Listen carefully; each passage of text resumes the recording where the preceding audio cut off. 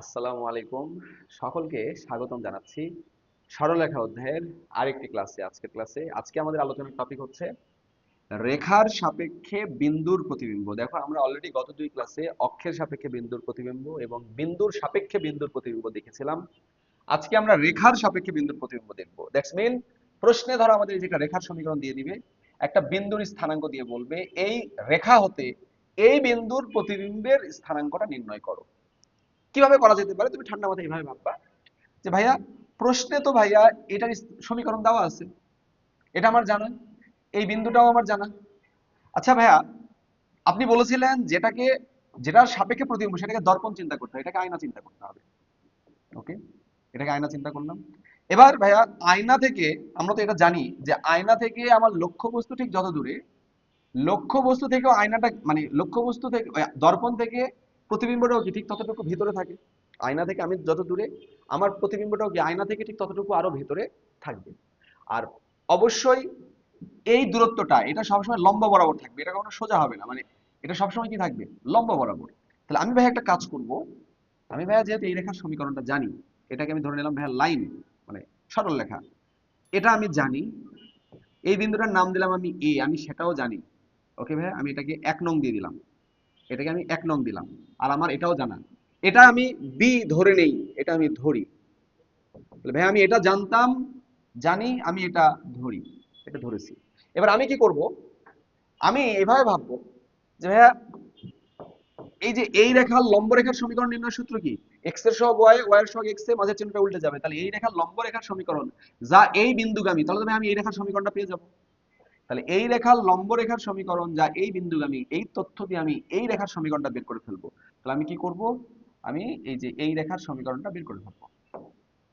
ওকে, তাহলে আমি যদি ভাইয়া এই রেখার সমীকরণটা পেয়ে যাই, তাহলে এখন আমি এই রেখা এই 2 নং রেখা আর এই 1 নং রেখা সমাধান করে কি আমি এই ছেদবিন্দুটা বের করতে পারবো না? তাহলে আমি সমাধান করে ছেদবিন্দুটা বের করব। এখন আমি কি বলতে পারবো না এটা সি? এখন জেনে গেলাম সি জেনে গেলাম, তাহলে এ জানতাম, সি জানতাম, আর বি আমার ধরা আছে। আমি কি বলতে পারবো না এই এ বি এর মধ্যবিন্দুটা সি? এ বি এর মধ্যবিন্দুটা সি, তাহলে তো আমি সি এর স্থানাঙ্কটাও জেনে গেলাম। তাহলে এই সলিউশন স্ট্র্যাটেজিটা আমি একটু লিখে দিই, তোমরা খেয়াল করো। ধাপ 1,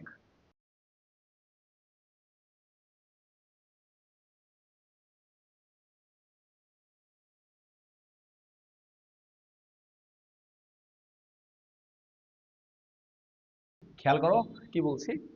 সেম কথাটা, যে উক্ত দর্পণ রেখা, এই যে যেটা দর্পণ রেখা সেটাকে আমি 1 নং নামকরণ করি। আর প্রদত্ত বিন্দু, যে বিন্দুটা দেওয়া যার প্রতিবিম্ব বের করতে বলছে, তাকে আমি এ নামকরণ করি, এ বিন্দু। আর প্রতিবিম্ব বিন্দুকে আমি বি ধরে নিই। প্রতিবিম্ব বিন্দুকে আমি কি ধরে নেব? বি ধরে নেব। ওকে, এরপরে আমি কি বলছি?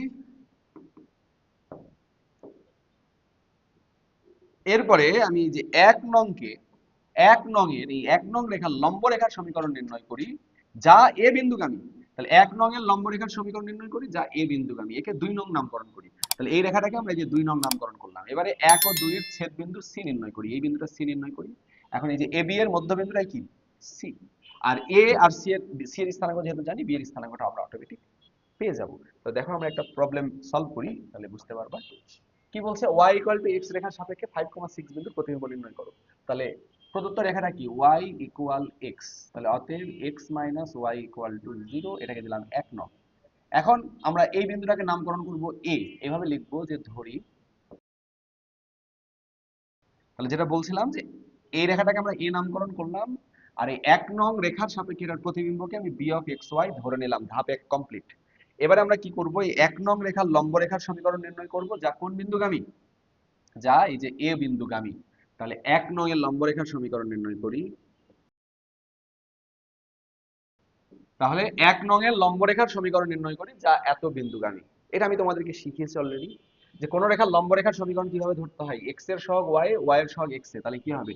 1 1 স্থান বিনিময় হলো, তাহলে এক্স ওয়াই, আর মাঝের চিহ্নটা উল্টে যাবে, মাইনাস ছিল প্লাস হবে। তোমরা কি করতা? প্লাস কে ইকুয়াল টু 0 ধরতা, যা এত বিন্দুগামী, এই বিন্দুতে সিদ্ধ করে কে এর মান বের করে বসাই দিতা।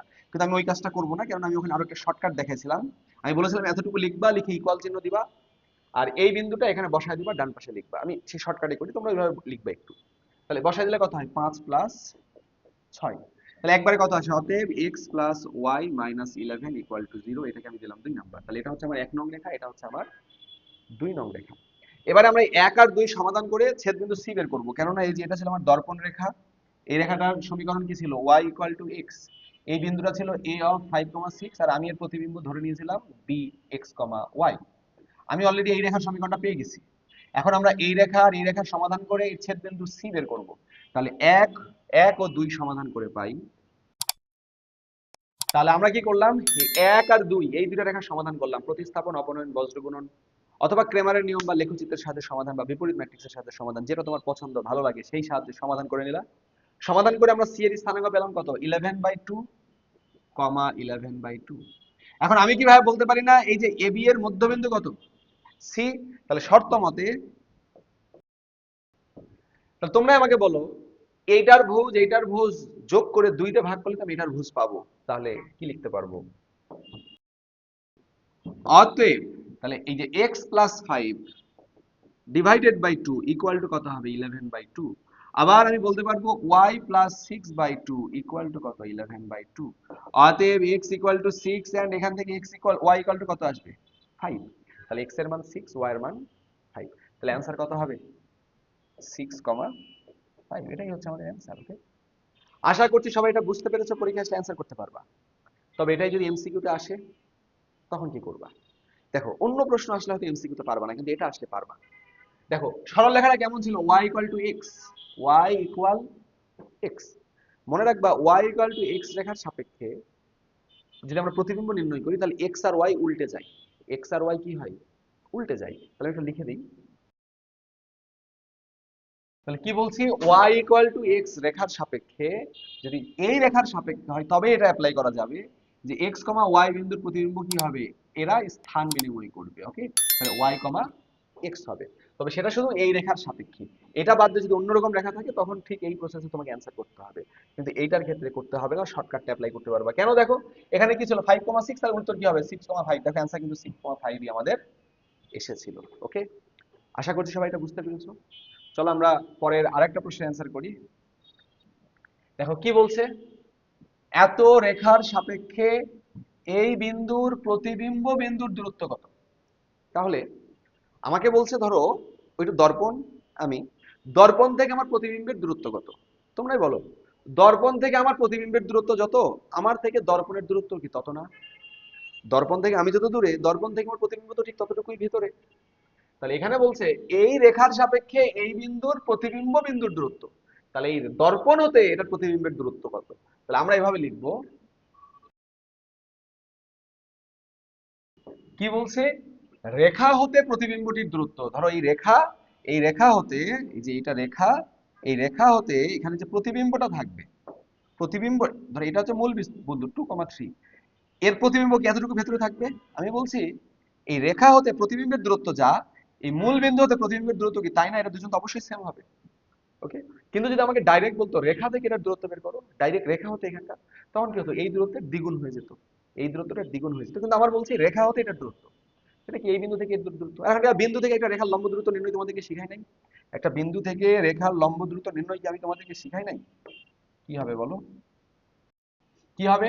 প্রথমে এই বিন্দুটা আমরা এখানে বসায় দিব, তাহলে কত হবে, 4 × 2 + 3 × 3 -7 ডিভাইডেড বাই √4² + 3² এর মডুলাস। ওকে, এখন তাহলে কত আসবে, তাহলে 2 একক, এটাই অ্যান্সার। তাহলে এই বিন্দু থেকে এর প্রতিবিম্বের দূরত্ব যা, এখান থেকে এর দূরত্ব তাই। কিন্তু যদি আমরা ডাইরেক্ট এখান থেকে প্রতিবিম্বের দূরত্বটা বের করতাম তখন এটাকে কি করতে হতো, 2 দিয়ে গুণ করতে হতো। কারণ আমার থেকে দর্পণের দূরত্ব যা, আমার থেকে প্রতিবিম্বের দূরত্ব তার ডবল, কারণ ওখান থেকে ওইটুকু তো একই সমান। ঠিক আছে, আশা করছি সবাই বুঝছো, পরীক্ষায় অ্যান্সার করতে পারবা। এগুলো আসতে পারে এমসিকিউ বা অ্যাডমিশনে, আশা করছি সবাই পারবা। তো সবাই ভালো থাকো, আসসালামু আলাইকুম।